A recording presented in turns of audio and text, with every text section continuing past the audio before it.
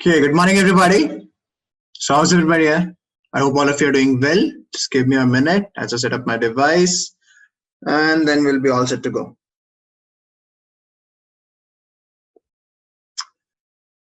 Okay, so the device is all set up now. We are 108 people, so I'm assuming that the other 100 odd people would be joining us soon. 35 messages. Okay.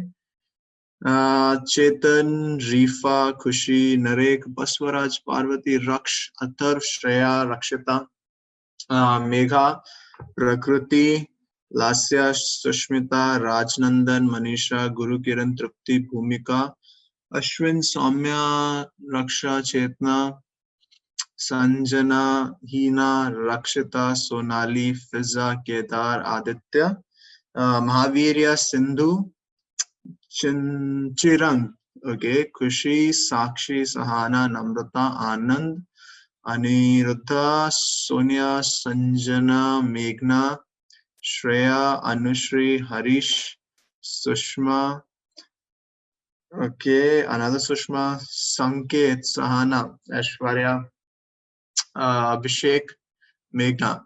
Good morning, everybody. Great to see you guys here. Varsha, good morning. So, morning Pritesh, good morning Ankit, good morning Prajwal. ठीक है. I hope all of you are doing well. And did I have my breakfast? Yeah, I had my breakfast. I hope that all of you had your breakfast too. I was just there in Nishikant sir's class. Yes, good morning Sanjana, good morning Ashwarya, good morning Anil. How am I? I'm fine here. Enjoying my life. Not enjoying, but yeah, I'm fine. I'm fine. Good morning Ketan. ठीक है. Is this the last class of me? No, tomorrow would be my last class.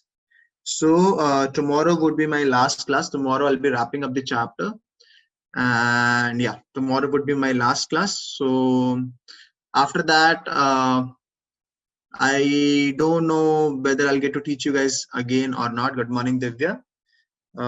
Because once I leave, then Neha ma'am will be teaching for the next 2 months.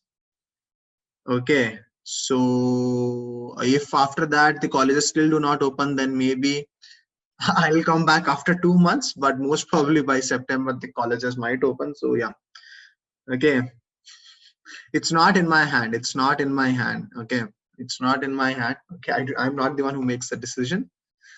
Okay, so let's see. Okay, so yeah, from Wednesday Neha ma'am will take over. Okay, good morning, Suhas. We'll have Kahoot tomorrow. Yes, Satab. Tomorrow we'll have one final Kahoot. Okay. So I have a video for today. Also, I have a video for tomorrow also. Okay. Then let's see. Okay. Good morning, Tejas. Okay. So from September it will start. Pritish, let's see. Maybe we don't know. Yeah. Maybe the colleges will start from September or October. Nobody has any idea. Okay. Aril, just stay home. Okay. Stay safe, beta. Wait, who is this? Okay. Okay. Okay. I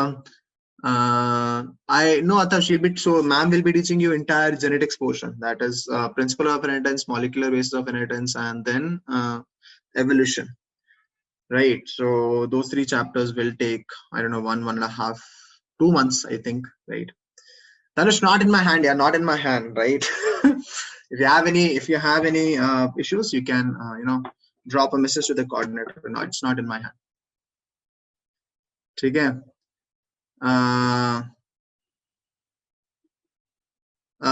Yes, Pritish, they might, but I don't know. Okay, they might. Anyway, start करें. ठीक है, start करते फिर. So strategies for enhancement in food production. Today is lecture number 5. Okay, so let's do a quick revision of what we did in yesterday's class, and then we can. One second. Okay. So let's do a quick revision of what we did in the yesterday's class, and then a couple of revision questions, and then we'll see what do we have in store for, what do I have in store for us today. Yeah, so in yesterday's class, the main thing that we started was your plant breeding. The main thing that we started was your plant breeding. Why do we need plant breeding? What exactly is plant breeding, right? And then we looked at basic introduction to green revolution also, right? We also looked at we continued basically green revolution because we studied a bit of green revolution on Wednesday also. So on Thursday we continued that, and then we saw that plant breeding is something that we have been doing for the last 9 to 11,000 years. And there are classical methods of plant breeding, and then there are advanced methods of plant breeding which involve molecular biology and tissue culture, right? Tissue culture is something that I'll be teaching best tomorrow, right? And then we looked at your conventional reasons for plant breeding. Why do we need plant breeding, right? We looked at the reasons why do we need plant breeding, right? And that was to increase the crop yield, okay, increase tolerance to environmental stress, then resistance to pathogens, and increase tolerance to insect pests. Okay, again, our notes for all the lectures have been uploaded in the drive. I uploaded them, I think, on Saturday or Sunday, so you guys can go through them. And then we looked at the different steps. We looked at the steps of plant breedings. Also, these steps were your collection of variability. That was the first step. After that, the second step that I have was evaluation and selection of parents. Then the third was cross hybridization of the parents. Okay. And then the next one was selection. The next one was selection of the recombinant varieties, the varieties that have our desired products. The last one was testing and release. And our last one was testing and release. Okay. So these were the steps of plant breeding. These were the steps of plant breeding. Okay. And after that, we studied all these steps in much more detail, right? We talked about different aspects of them. What are the limitations? What are the benefits of all these steps and all these methods? Why do we need to carry out all these methods, right? For example, we saw that when it comes to testing, you first test them on the fields, field in the lab, right? In controlled setting, in lab fields. Then you take them to the farmers fields. Then you take them to the farmers field and you grow them there for 3 cycles to see, right, whether they grow well. And the last thing, is it better than what is available in the market? Okay. And then lastly, we stopped at some varieties of wheat and rice, right? So today we'll be continuing from there. Okay. So I'll be repeating that wheat and rice again to maintain the continuity. Will be over in 2 minutes. Then we look at new varieties when it comes to sugarcane, when it comes to pulses, and then let's see what else do we have in store for. Okay, so on that note, let's look at the first revision question. The first revision question is on your screen. The entire collection of plants / seeds having all the diverse alleles for all genes in a given crop is called dash collection. Okay. Okay, so a very straightforward question. I hope all of you should be able to nail this. Question. Okay, so let's see what do you guys think is a correct answer for this one. And the poll is now on your screen. Okay, let's see.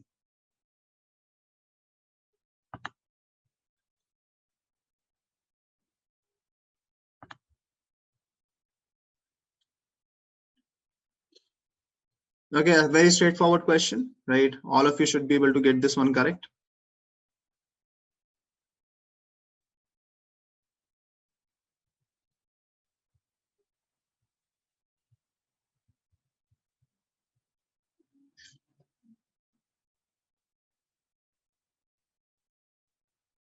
Okay, 47% of you have voted beta. So in 10 seconds, I'll close the poll. Okay, 5 seconds and I'll close the poll. 3, 2, 1, and let's stop. Let's see. Okay. So 68% of you think that A is the correct option, 9% of you think B is the correct option, 11% of you think C is the correct option, 12% of you think D is the correct option, and 68% of you are absolutely correct that the entire collection of seeds / plants having all the diverse alleles for all the genes in a given crop is called germplasm collection. Okay, so let's look at the next question. The next question was asked in NEET 2018. A new variety of rice was patented by a foreign company, though such varieties have been present in India for a very long time. This is related to which variety? This is related to which variety? Okay. So your options are CO667, B Sharbati Sonara, C Basmati, and D Lerma Rojo. Okay.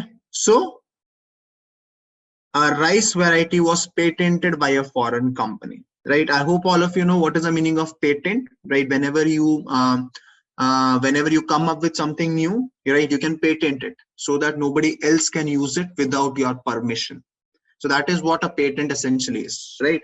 So for example, this is an Apple pencil, right? Apple came up with this. So Apple has made a patent for this so that nobody else can make this without their permission. So that is what patent is. That is what patent is, right? So, okay, a new variety of rice was patented by a foreign company. That is, they were like, you know, we have created this and nobody should be able to grow this without our permission. So which rice variety are we talking about? Which rice variety are we talking about? Okay. Okay, so this is something I did not explicitly mention, but I think one of you asked the question, right? So what about this? So what do you guys think is the correct answer? Let's see. Okay, chalo. So the poll is now live on your screen and you can cast any votes. If you do not know, it's okay. Tukka maar do. Anyway, kaun sa NEET exam hai, right?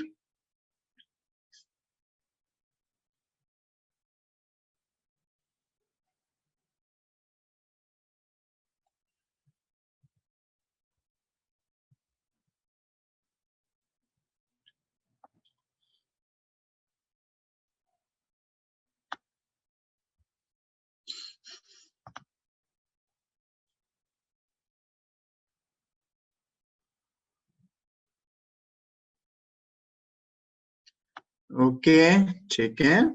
58% of you voted. 5 seconds and I'll close the poll, beta. 5 seconds and I'll close the poll. 3, 2, 1. And let's stop. Let's see what do you guys think. So 50% of you think that C Basmati is the correct option. 29% of you think B is the correct option. 13% of you think A. Acha. You know, wait, before I tell the answer, okay.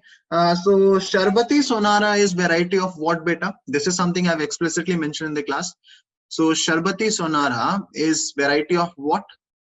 Sharbati Sonara is variety of what? Right. So this is something you guys should know because this is something that I mentioned in my classes also. Right. This particular. So it is a variety of what? Sharbati Sonara. It is a variety of what? Right. So it is a variety of. British, I have mentioned this. Right? So it is a variety of wheat. Okay. So Sharbati Sonara is a variety of wheat. Right. And your Lerma Rojo again. So Lerma Rojo is something that I did not mention. So that is also a variety of wheat. So these two are your examples of wheat. So you think that automatically eliminates. Okay. Sharbati Sonara is something we made up in India itself. Now, CO667 and Basmati are rice, and the correct answer is rice. Okay. So actually, rice is something that has been grown in India for thousands of years, right? Or at least, you know, not thousands, I should say, probably hundreds of years.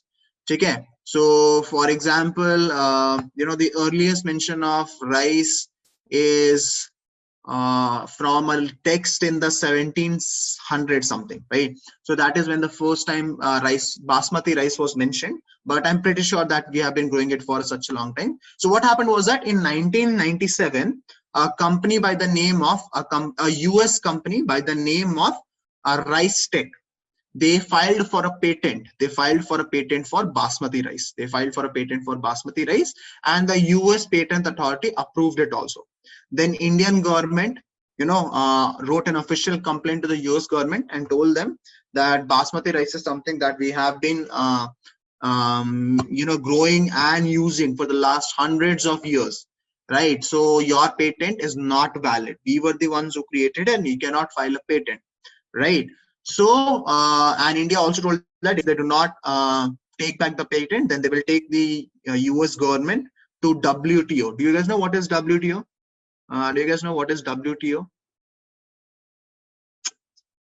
If you guys have studied, I think your civics very well, then you should know what is WTO. So WTO is World Trade Organization, right? It is part of the UN, right? So World Trade Organization. So they said that we'll take you guys to the World Trade Organization. WTO is responsible for all the trades, right, that happen between two countries, and if there is any dispute, then WTO is like a court for it, right? You can go, you can represent your case, and then you can see how it's being handled, right? So India wrote an official complaint to the US government and told them, if you do not take back the patent, then we will be forced to take this complaint to WTO.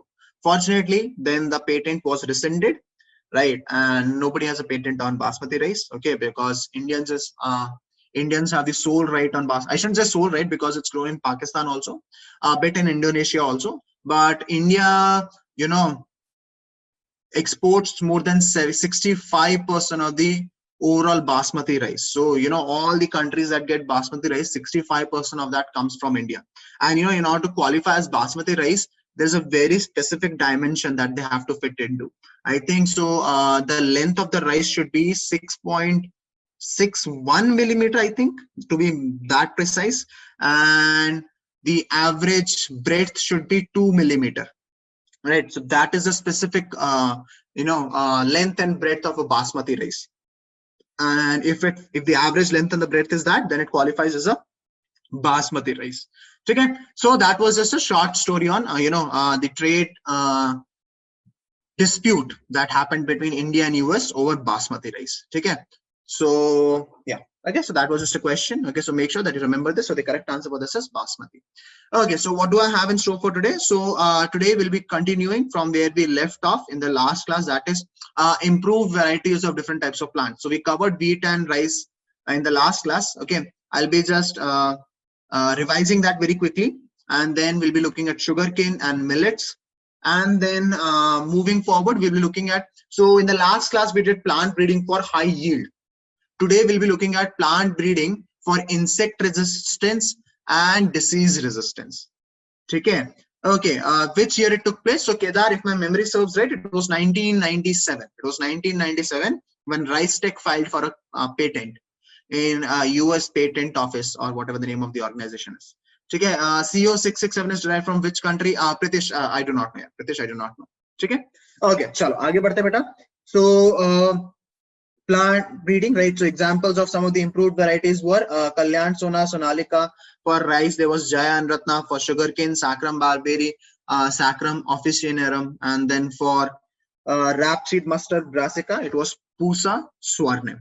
Okay, so we have already covered this, right? And then we looked at the improved varieties for wheat and rice. We looked at the fact that during 1960 to 2000, right, our wheat production increased almost 7 times, while our population increased only 3 times, right? So wheat production increased much more rapidly than the population, and the rice production kept in touch, right? Our population increased 3 times, rice production also increased 3 times. So we're ensuring that everybody is getting enough rice and wheat. And why was this possible? This was possible due to the development of semi-dwarf varieties.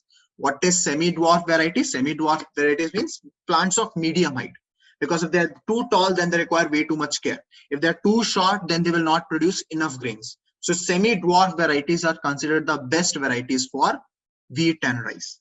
Okay, so again, as I said, at the end of the class, I have a short 2-minute video for you guys, and yeah, okay, so just keep that in mind. Okay, and then we looked at some of the varieties for wheat, right? So Nobel laureate Normani Borla, who, 1 second guys, I expect a parcel, so maybe it's that guy.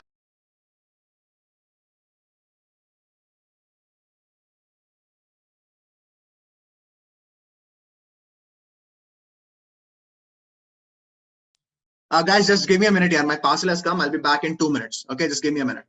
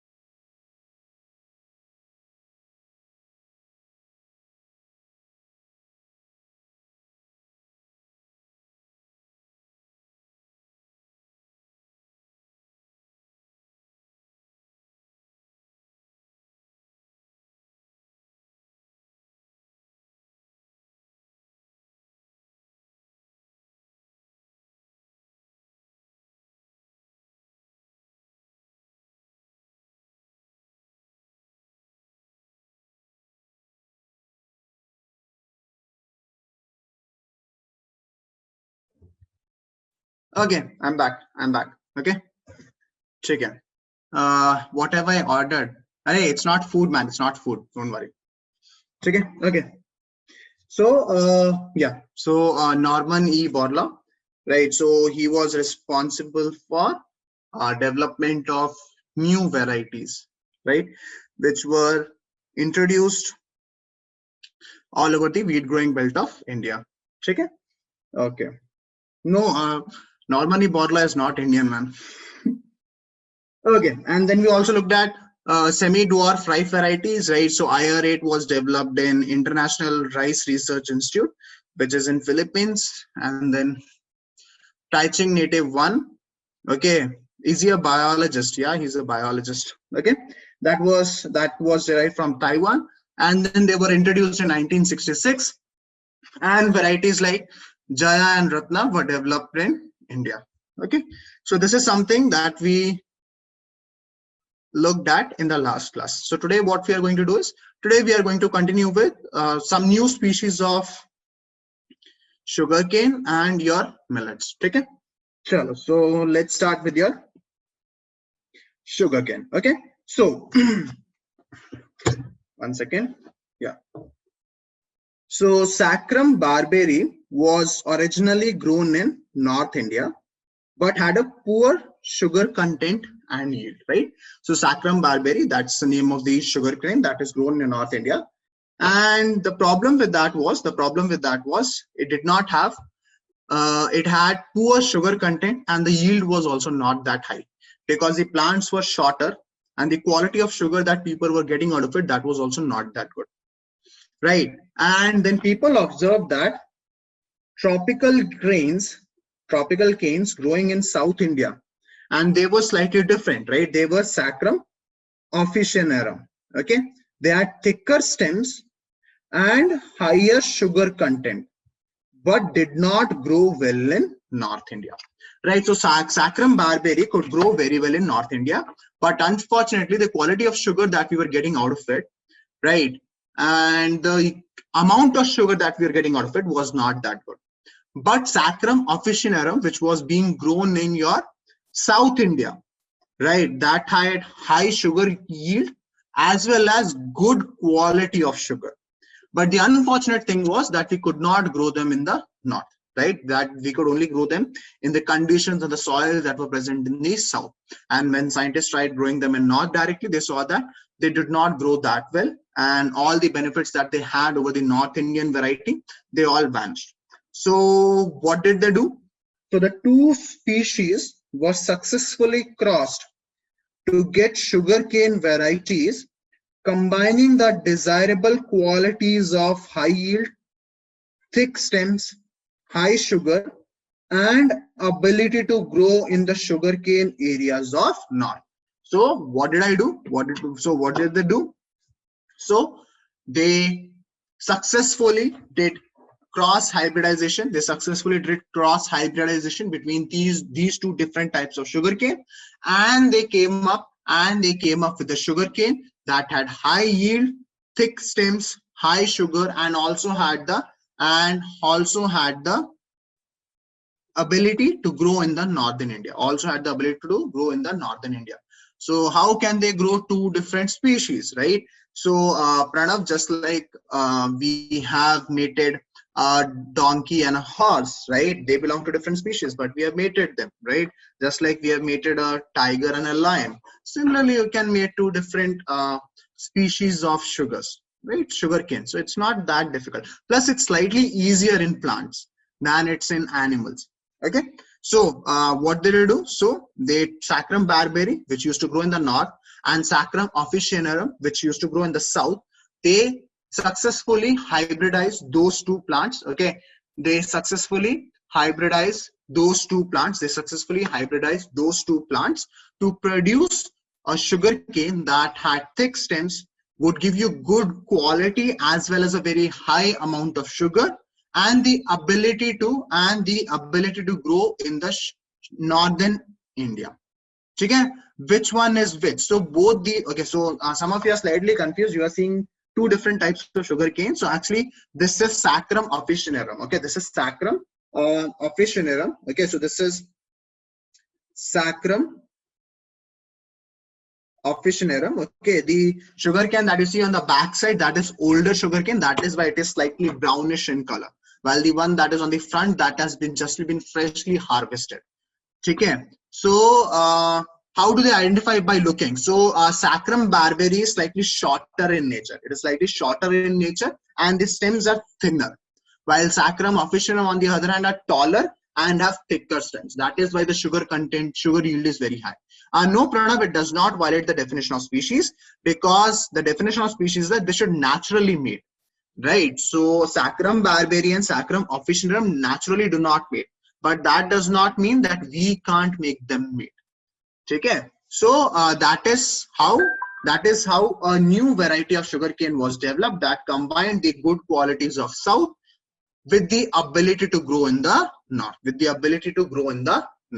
Okay, so is this clear to everybody? Give me a yes or no. Ashwin, I tried looking that up better, but I couldn't find it. But I'll keep looking. If I stumble upon it, I'll let you know. Okay, so यहाँ तक सबको clear है?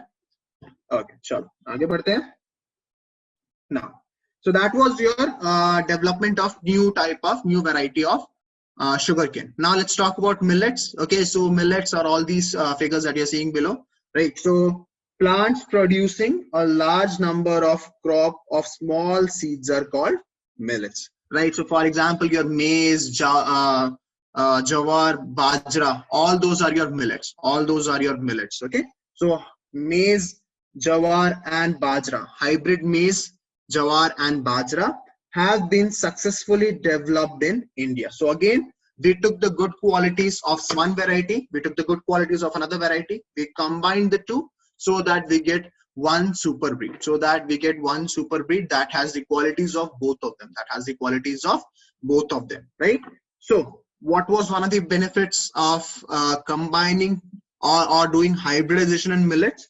Okay, hybrid breeding have led to the development of several high yielding varieties resistant to water stress,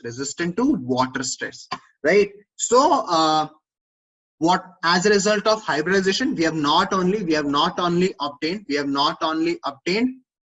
varieties that give us a very good yield, but we have also obtained varieties that are resistant to water stress. That means if suddenly there's lack of water, if the farmer is unable to irrigate the field, maybe because of poor monsoons or it could be any reason, then those millets are still able to grow. Okay? So that was one of the benefits of doing hybridization in millets. We not only obtained high yielding plants, but also plants that were resistant to water stress. What do we call ragi in Hindi? Athar, I do not know, but I think ragi itself is a Hindi term. So I think you should ask me what is ragi called in English. But I'm not sure. I'm not very well versed with the Hindi and English names of pulses, millets in general, right? And I got screwed by my mother a lot over that. Okay. Okay. So I hope this is now clear. So that was your plant breeding in millets and plant breeding in your sugarcane. Okay. Kishore, I failed to understand the second word of it out beta.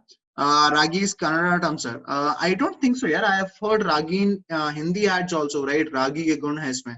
So I doubt that's a Kannada. Maybe, but I think it's a Hindi term also. Okay, so let's move forward now. So this was, plant breeding mainly for increasing the yield. Now, plant breeding is also done to protect against diseases and also to protect against insect infestation, right? We talked about what the reasons to do plant breeding, right? One of them was to increase the yield. Another one of them was to produce disease-resistant varieties, to protect against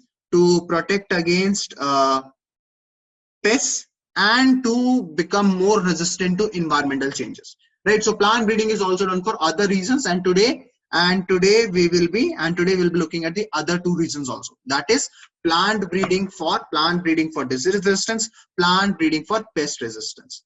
Okay. Okay. Kedar, that's not in my hand, beta. Okay, that's not in my hand. Okay. Chalo, आगे बढ़ते हैं. Now. Okay, so let's talk about plant breeding for disease resistance. Okay. So resistance of the host plant is the ability to prevent the pathogen from causing disease and is determined by the genetic constitution of the host plant, right? What is resistance? What is resistance of any plant? So resistance of any plant means its ability to prevent the pathogen from causing a disease, and it is dependent on the makeup, genetic makeup, right? What all genes does the particular plant contain, right? So that is what defines how resistant a plant is to a particular disease.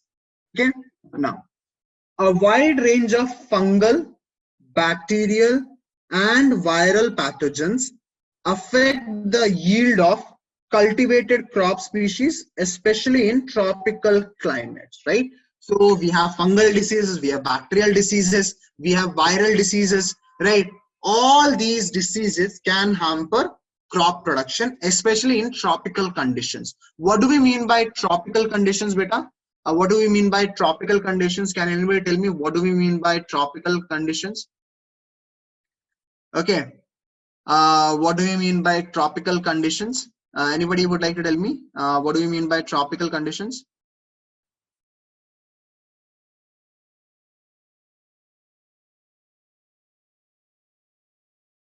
Okay. Okay. So Atharv has asked me a doubt of what is the difference between bajra and jawar. So as far as I know that, bajra is known as black millet, I think, and jawar is known as white millet, right? Now, what is the difference in the taste? That is something I do not know much about. Okay, so tropical conditions are the conditions that are usually found in your Indian countries and Asian countries, South Asian countries, right? Where you experience extreme heat and high humidity. So that is what your tropical conditions are. So your northern African nations and your southern Asian regions, these are tropical countries. Okay, so Ashwin wants me to repeat again. So Ashwin, there was nothing too complicated here. So basically, first we looked at what is resistance. We look at the definition of resistance, right? Resistance is the ability of a plant to fend off diseases, to protect itself from diseases, and it depends on what are the genes present in the plant. And there are different types of diseases that can hamper the plant. There are fungal diseases, bacterial diseases, and viral diseases. Okay, and they're especially prevalent in tropical countries, right? Because tropical conditions provide the ideal environment for these organisms to grow, right? तुमने देखा होगा, human diseases are also much more prevalent in tropical conditions. They are not present in temperate conditions or colder conditions, because those conditions are not suitable for the growth of microorganisms. But tropical conditions are awesome for the growth of microbial conditions, microorganisms. That is why plant diseases भी यहाँ पे ज़्यादा है, human diseases भी यहाँ पे ज़्यादा है. ठीक है? Are these different diseases for different plants? So Shashwat, wheat can be infected by fungus also. It can be infected by bacteria also, right? So different plants get infected by different types of pathogens. Okay, chalo, let's move forward then. Now, crop losses can be significant, up to 20 to 30%, or sometimes even total, right? So if you do not take care of, okay, if you do not take care of protection of crops against these bacteria, against these diseases, usually 20 to 30% is lost, but sometimes the entire crop is also washed out, right? Sometimes the entire crop is also washed out. Now it is much more rare because every farmer, especially in India, has access to subsidized insecticides and pesticides, right? So now it is much less prevalent. But back 20-30 years ago, when government of India was not actively giving all these substances to farmers, then farmers used to lose a large portion of these because of these diseases, right? But still, if no proper care is not taken, then 20 to 30% of crop production is usually lost to diseases. Okay. In this situation, breeding and development of cultivators resistant to disease enhances food production, right? So instead of using all these chemicals, if somehow we can come up with varieties that are disease resistant, that would be very awesome, right? Because when we use all those chemicals to fend off infection, We also get those chemicals inside our body when we buy the food, irrespective of where you're getting the food from, whether you get it from your Sabzi Mandi or whether you get it from more Reliance, wherever you want, right? So it's better to have disease resistant plants than use chemicals, because not only they go into our food system, but they also lead to water pollution, right? When the plants are irrigated, the chemicals wash off in the water, and that leads to water pollution. And actually, agriculture is one of the foremost reason for water pollution in this country, right? People blame factories a lot, which is right. You should blame factories for water pollution, but farming has also led to water pollution. Okay. Now, this also helps reduce the dependence on the use of fungicides and bactericides. So sides means what? Something that kills. Fungicides kills a fungus. Bactericides kills a bacteria, right? So if you develop disease resistant plants, they will protect. You will not need to use fungicides, paisa bachega, or bactericides. So you'll save money, you'll save environment also, you will save the family that will eat your food also. Not that, you know, you will die if you eat a food crop that has been sprayed with fungicides, but over time it makes a difference, right? Over time it makes a difference. In 10, 15, 20 years, it will make a difference to your body. Okay? Okay. So, so far so good, beta. Give me a yes or no. Yahan tak sabko clear hai? The introduction to plant breeding for disease resistance. Is this clear so far? Aage badhe? Shall I move forward now? Shall I? Let's move forward then. Now, before breeding is undertaken, chalo. Abhi humne soch to liya ki breeding karte hain, but there are still few things. There are still few things that we need to take care of. Okay? Before breeding is undertaken, it is important to know about the causative organism and the mode of transmission. Right? So it is very important to know what is causing this disease and how does this disease spread. So this is very important to understand, right? Because that will help you in generating specific type of varieties, because fungus has a different mode of action, bacteria has a different mode of action, virus has a different mode of actions. Some of them are transmissible, some of them are not. So it depends on a lot of things. That is why it's important to know what is causing the disease and how does it work, how does it spread in the plant. So that is why it's very important. Okay? Now, some of the diseases, these diseases you have learned in, I think second chapter, especially the fungal diseases. Okay, but make sure that you remember the name here. Okay, because questions have been asked on this again and again. Right. So some of the diseases caused by fungi. Are rust. Example: brown rust of wheat, red rot of sugarcane, late blight of potato. You guys have learned this in your biological classification 11th chapter also. So just make sure that you remember the name: brown rust of wheat, red rot of sugarcane, and late blight of potato. So the figure that you see, that is brown rust of wheat. Okay. By bacteria, you have black rot of crucifers. Okay. And by viruses, you have tobacco mosaic, turnip mosaic, etc. Okay. So again, I think tobacco mosaic is something that you again learned in your biological classification 11th second chapter in 11th standard when we introduced viruses. So make sure that you remember the names of these diseases. So in fungus, you have brown rust of wheat, red rot of sugarcane, late blight of potato. Then you have black rot of crucifers. Then you have tobacco mosaic and turnip mosaic. Right? Do you guys know what is the meaning of mosaic? What is the meaning of mosaic? Like, why do we use mosaic? Anybody knows why do we use mosaic? Okay, what is the meaning of mosaic?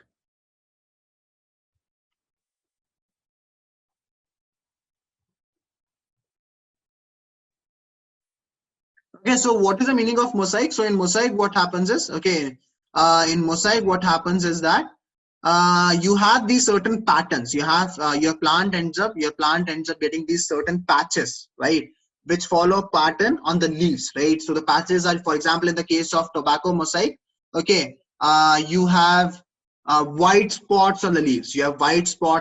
Right? So that is an indicator that the plant maybe has tobacco mosaic virus in its system. So that is the meaning of mosaic, right? When you have spots which repeat in a pattern, Okay. So Basu is asking what are crucifers. So Basu is asking what are Crucifers. Anybody who would like to tell me what are crucifers?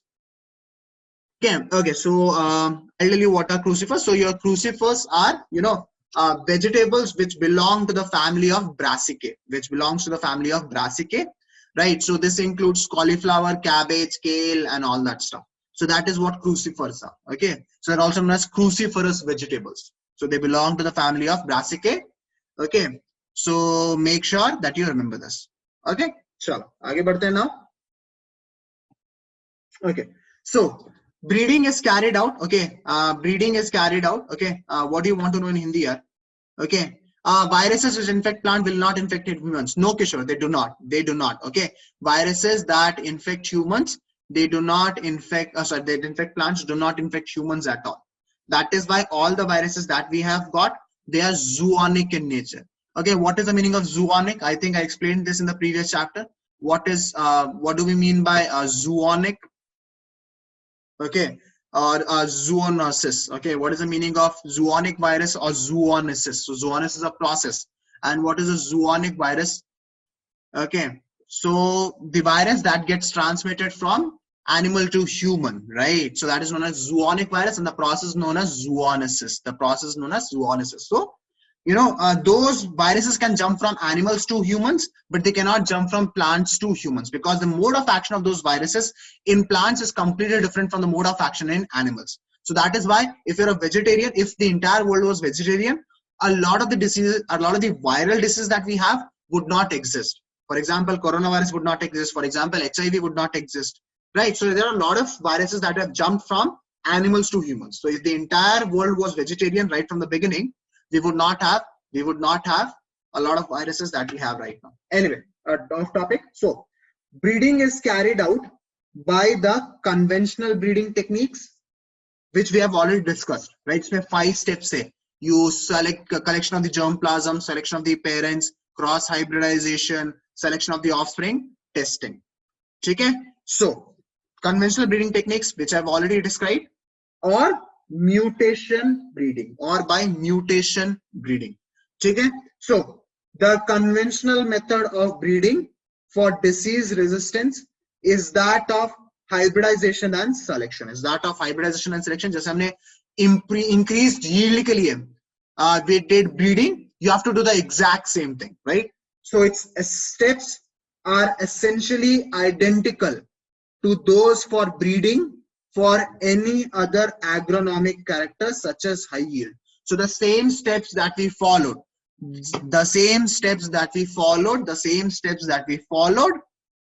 for getting plants with a higher yield, you have to follow the same steps in conventional breeding if you want to develop plants for disease resistance. Yes, Aryan beta, are you new to the class? Okay, yahan tak clear hai? Now let's move forward then. Let's start. Okay, so but there are certain problems with conventional breeding, right? So conventional breeding is often constrained by the availability of limited number of disease resistance genes that are present and identified in various crop varieties or wild relatives. Okay, so the problem with conventional breeding is that conventional breeding requires at least some percentage of the entire population to have that particular disease resistant genes. But what if that disease resistant gene does not exist in that population, does not exist in that particular species? Then you cannot do conventional breeding. So that is the problem with conventional breeding, because you need certain parents which have the desired characteristics, right? But let's say I want to grow a wheat which is bacterial resistant, but let's say none of the wheat varieties are resistant to bacteria. Then I cannot do conventional breeding, because conventional breeding requires someone to have those characteristics, right? But if nobody has those characteristics, then what am I breeding for? Then what would be my parents? So that is the main problem. With conventional breeding. Okay? So is this clear to everybody? What is the main problem with conventional breeding when it comes to breeding for disease resistance? Is this clear to everybody? The main problem is that finding disease resistant genes in the population is very difficult, and it is very rare also. right? So if nobody has that disease resistant gene, then who will become my parent? Then there's nothing to do cross hybridization with. So is this clear to everybody? What is the main drawback of conventional breeding for disease resistance? Just give me a yes or no, beta. Is this clear to everybody? Okay. Raj Nandani, you want me to explain again? Dekho beta, in conventional breeding, we take two parents which have a desirable characteristic. Okay. So that means those characteristics should exist in the population. But if I want to do conventional breeding, for disease resistance, I need parents who have those disease resistance genes, right? But what if none of the parents have disease resistant genes? Then what would I do breeding with, right? I have a very high yielding plant, but it's not disease resistant. I want to make it disease resistant. So obviously I would have to mate it with a plant that is disease resistant. But what if this plant does not exist in the population? Then what would I do? So there conventional breeding fails. And that is where your mutational breeding comes. Okay, so inducing mutations in plants through diverse means and then screening the plant materials for resistance sometimes leads to desirable genes being identified. Okay, so what do? We induce mutations. We introduce mutations in the plants just to see, can this mutation lead to desired resistance? Can this mutation lead to desired resistance? Okay, so how does it work in layman term? For example, as I said, if I want to grow a bacterial resistance wheat, but there is no parent which is bacterial resistant in the entire population. But let's say, there is a sunflower that is resistant to bacteria. So what I'll do is I'll look at, what exactly, which gene is making that particular, sunflower resistant to bacteria. So what I'll try to do is I'll try to ensure that somehow I can introduce that gene into my wheat strain so that it can become resistant also. So that is where mutational breeding comes in. That is where mutational breeding helps, right? Because then you can expand your search. Then you can look at other species also, right? Okay, what does that have that my plant does not, which could make it bacterial resistant? Okay, so how does it work? How does it exactly work? Let's see. So what is mutation, right? Now, this is something that you guys would have already learned in 6th chapter, but unfortunately, since you guys have not learned that, okay, I'll just give you a brief introduction. What is mutation?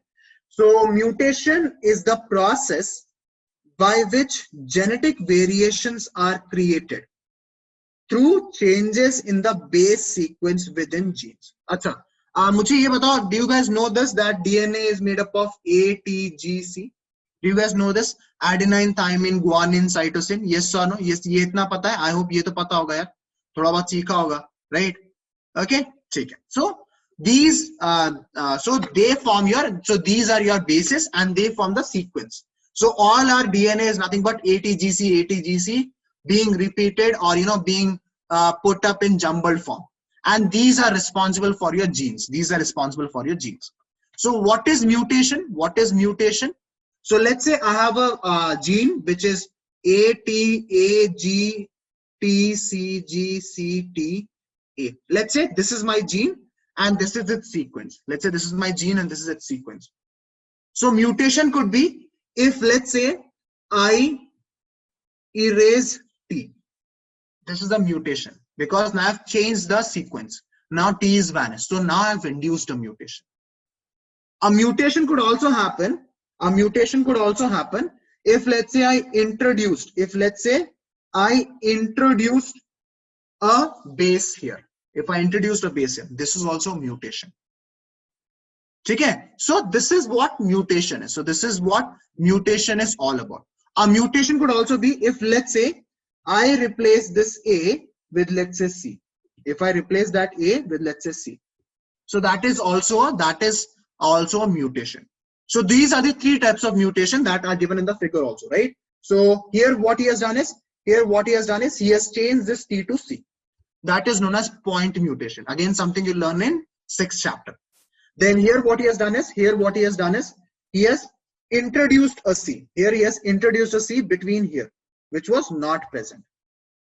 And here what he has done, he has removed the T. He has removed the T. So these are different types of mutations. These are different types of mutation.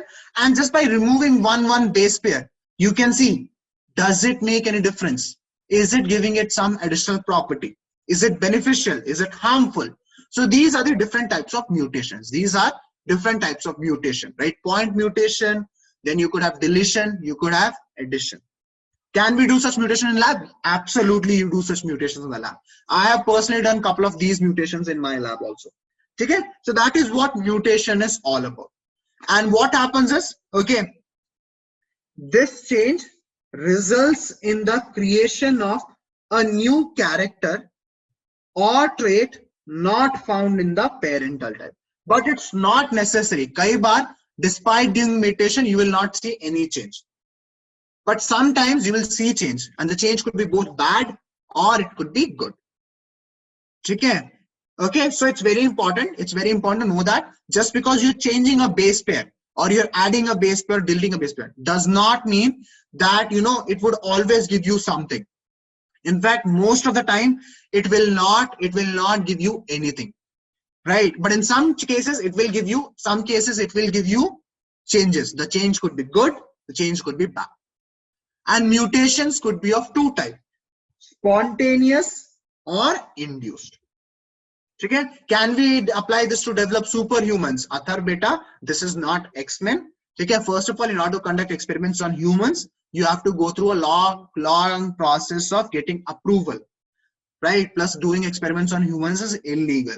Okay? Unless it's a trial for vaccine or medicines. Okay? Okay.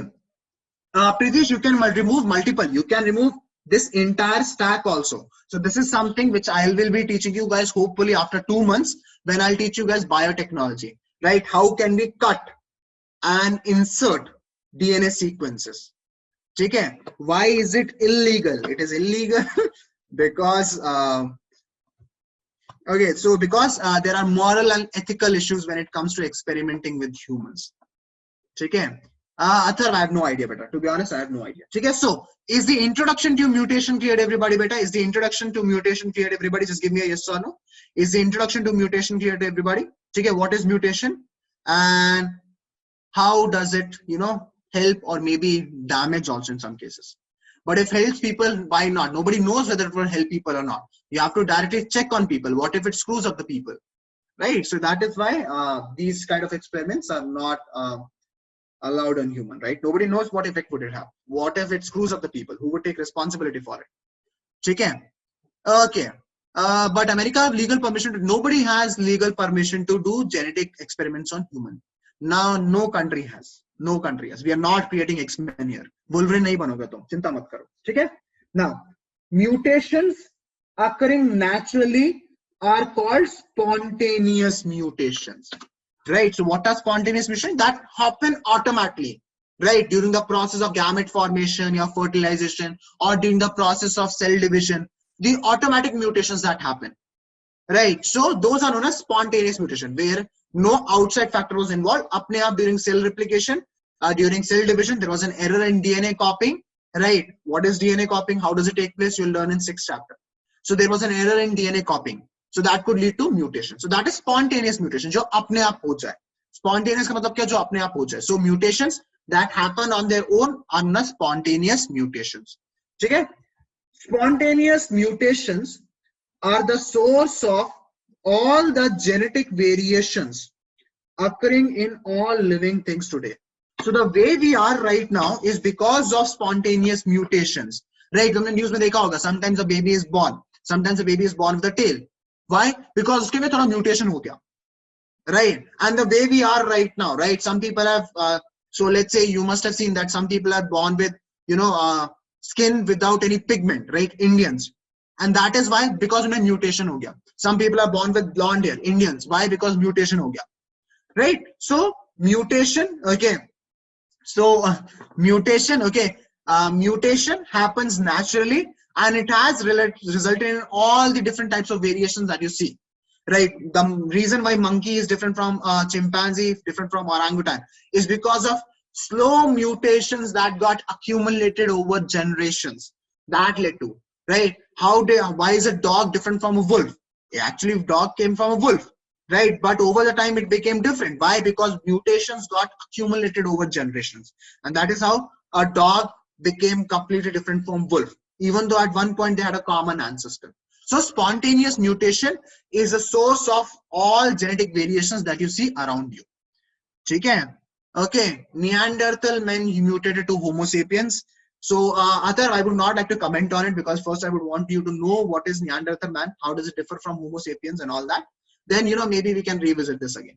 If a person has 6 fingers, it is caused due to mutation. Yes, Shreya. So, Hrithik Roshan, he has six fingers. So, that is because of mutation. Okay, now, rate of spontaneous mutation is very low.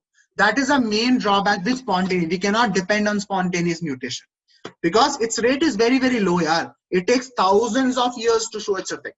It takes thousands of years to show its effects. Right? So we cannot depend on nature to give us desirable mutations. That is where humans force themselves, and then that is known as induced mutation, where you are inducing. Okay? So it is possible to induce mutations artificially through the use of chemicals or radiations like gamma rays, right? Just say Hulk bana tha, Bruce Banner turned into Hulk. Okay, that is fictional. Do not expose yourself to gamma radiations. You will end up with a cancer. Okay, because your proto-oncogenes would get converted to oncogenes. Anyway, so what is induced mutations? When you yourself introduce mutations.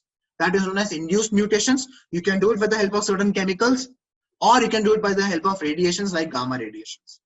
And these agents are called what? Mutagens. These agents are called what? Mutagens. So what are mutagens? Mutagens are agents which induce mutations. Okay, which induce mutation. How does radiation affect? So beta, gamma radiations, what they do is that they change your base pairs. They end up deleting some of the base pairs, or they end up changing the base pairs. So that is how they induce mutation. Okay, and then the plants that have the desirable characters are selected and used as a source in breeding. This process is called mutational breeding.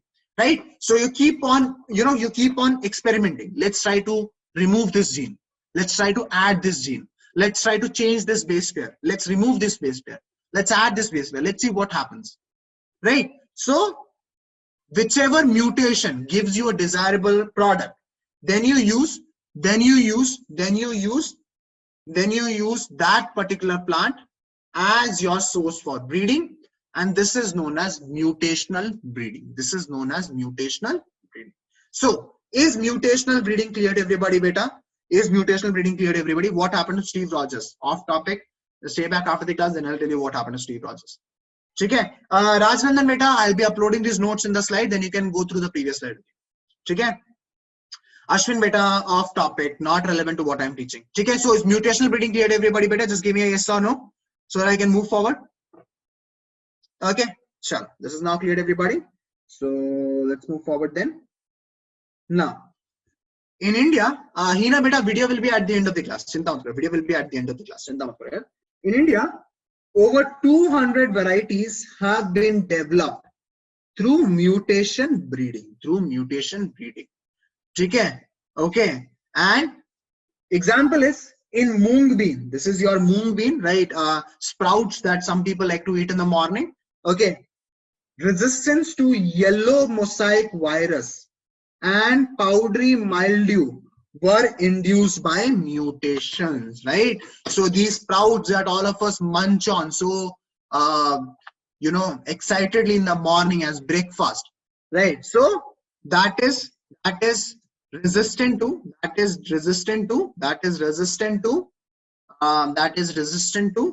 or yellow mosaic virus and mildew because of mutations. We induce mutation in them. Now, anybody knows what is mildew? Anybody knows what is mildew? Anybody knows what is mildew? Anybody who knows what is mildew? Okay, so what is mildew? Mildew is a fungus.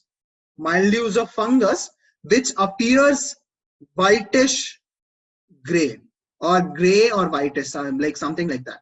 Okay, so it appears whitish gray. And powder, it's like powder. It's like, you know, talcum powder that you apply on your body. I don't, but if you guys do, so that is what it looks like.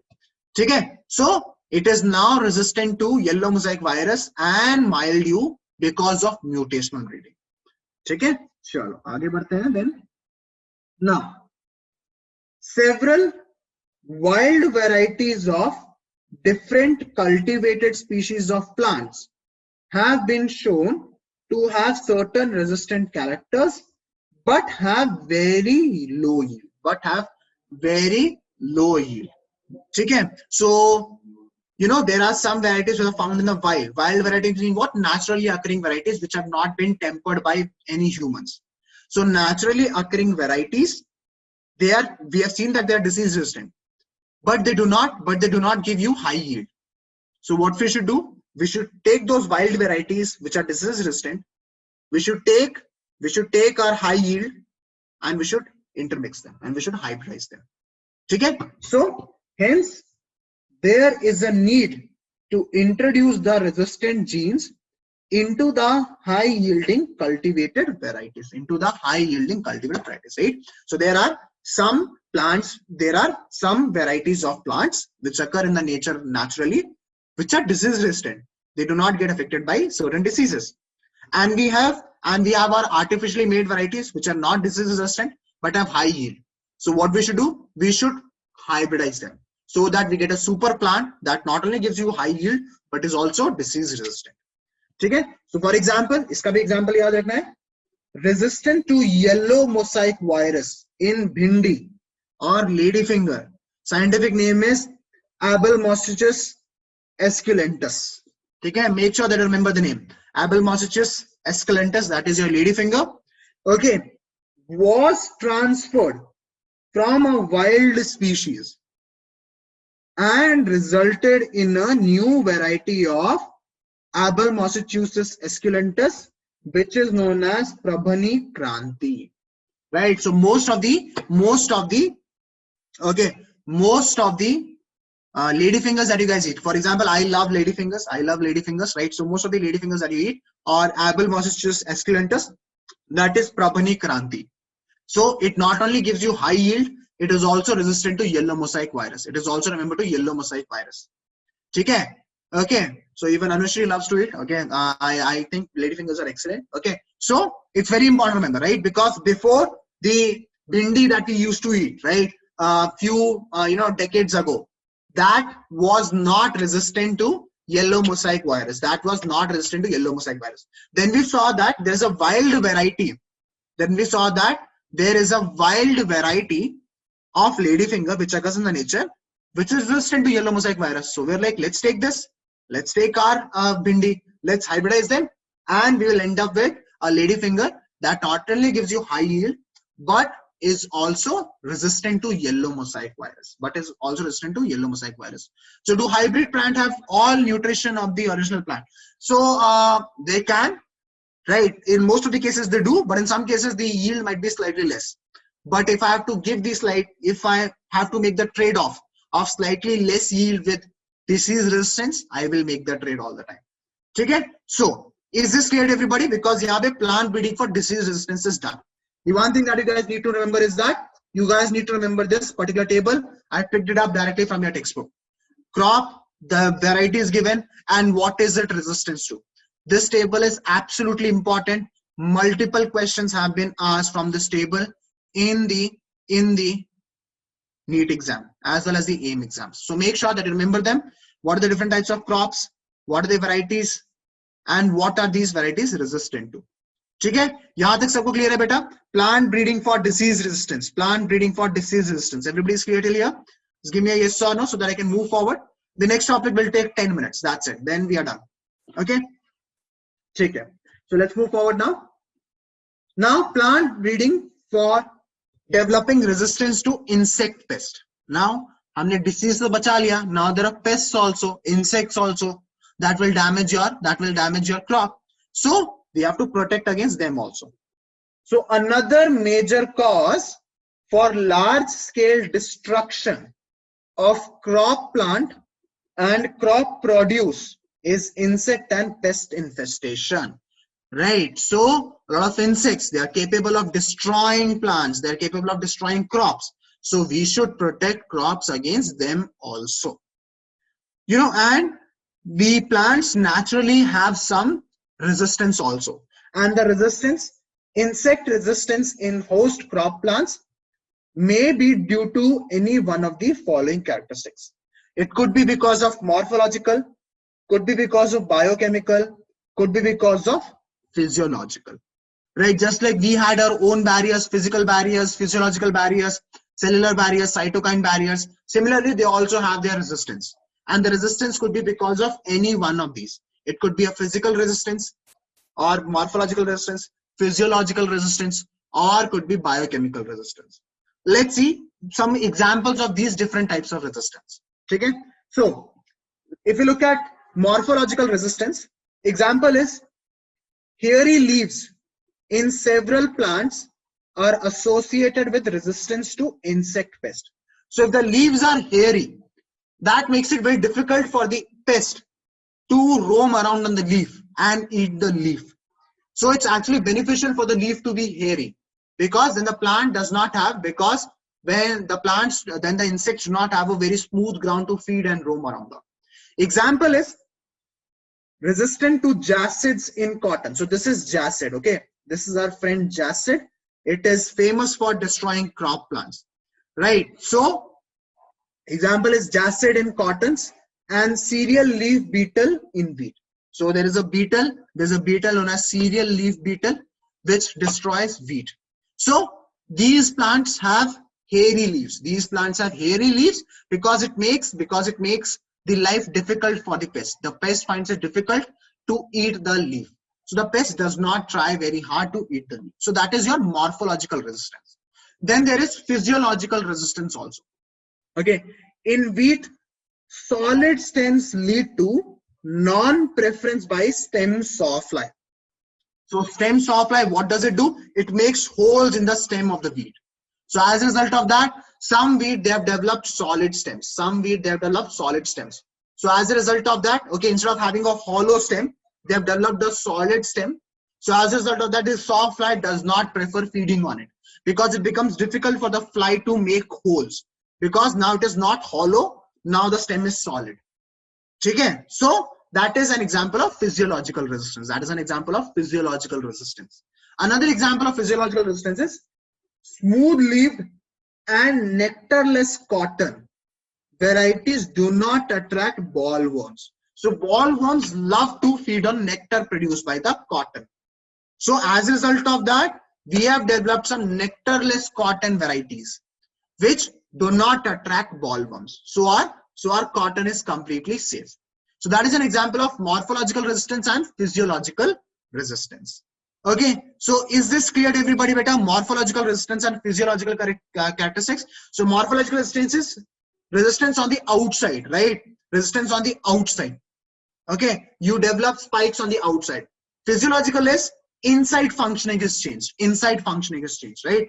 Kishore wants me to explain the second point. But the second point mein kya hai? Usually, previously, wheat stems used to be hollow. So sawfly will come, it will make a hole and it will feed on the stem. But now the wheat leaf stems are solid. Solid means like andar se bhi bhara hua hai. It's not hollow like a pipe, right? It's completely filled from the inside also. So now the sawfly does not like to feed on this wheat because it becomes difficult. Because it becomes difficult for it to pierce through the stem. So that is what the second point means. Okay, sure. आगे बढ़ते हैं बेटा. Now, biochemical resistance क्या हुआ बेटा? High aspartic acid, low nitrogen and sugar content in maize leads to resistance to maize stem borers. So maize stem borers do not like aspartic acid and they love nitrogen and sugar content. So what did we do? We built up maize which has high aspartic acid, has low nitrogen and sugar content. Now as a result of that, the maize stem borers did not like feeding on those maize plants. So that is how you develop resistance to insect pests. Okay? And the breeding method for insect pest resistance include the same steps as for any other agronomic character like yield or quality as described above. So the 5 steps that they followed there: collection of the germplasm, selection of the parents, hybridization, then selection of the progeny, and then testing and release. All those 5 steps are followed here also. Okay? So there are 3 key ways in which you can develop resistance: morphological, physiological, biochemical.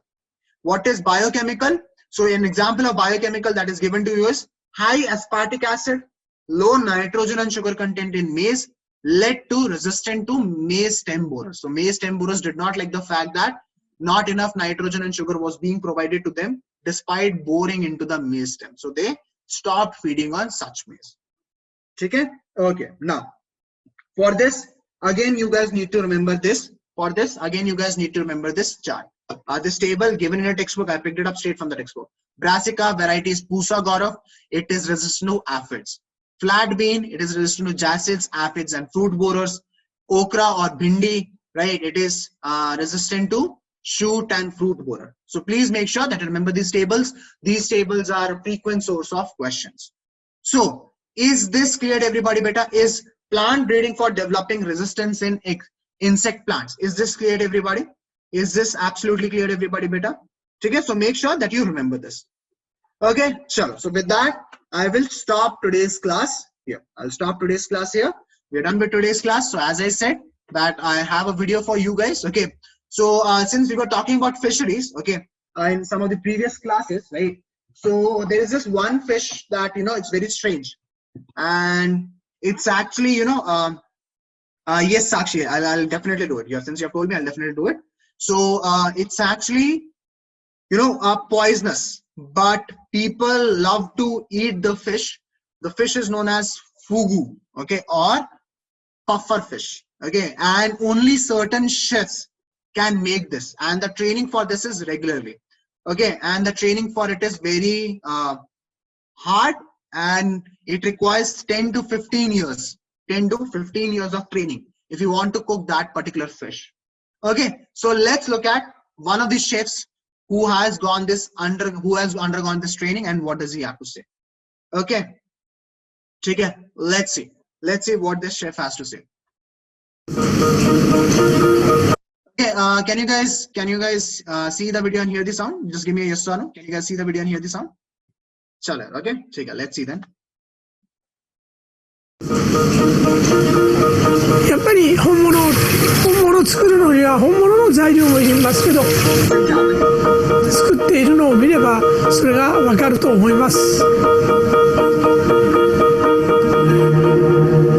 Fish, if you want to cook that fish, then you need to be extremely good, and you need to go a 10-year learning process, in order to cook this particular type of fish, right? First you have to go 10-year training, and only then you are allowed to, because people have died while eating this fish from a roadside stand. Okay, Pritish, that's why I read the subtitles. Okay, so tomorrow Kahoot is on which topic, beta? Tomorrow's Kahoot is on entire chapter, or whatever we from wherever we left off in the last Kahoot, wahan se. Okay, so will I try that fugu? If I go to a Michelin star restaurant, then I will. Otherwise I will not. Okay, so it is better to be doctor in 7 years than cooking puffer fish. Yes, that is true, that is absolutely true. But you know, as you said, you know, you get paid really well also if you can cook fugu fish, because it's very delicious, right? And let's see, Athar, most probably no, yeah, let's see. Okay, so thank you very much for your patience. Okay, so I hope that you guys like today's class. I hope that you guys enjoyed today's class, and most importantly, I hope that you guys learned in today's class. Thank you very much for your patience. I really appreciate it.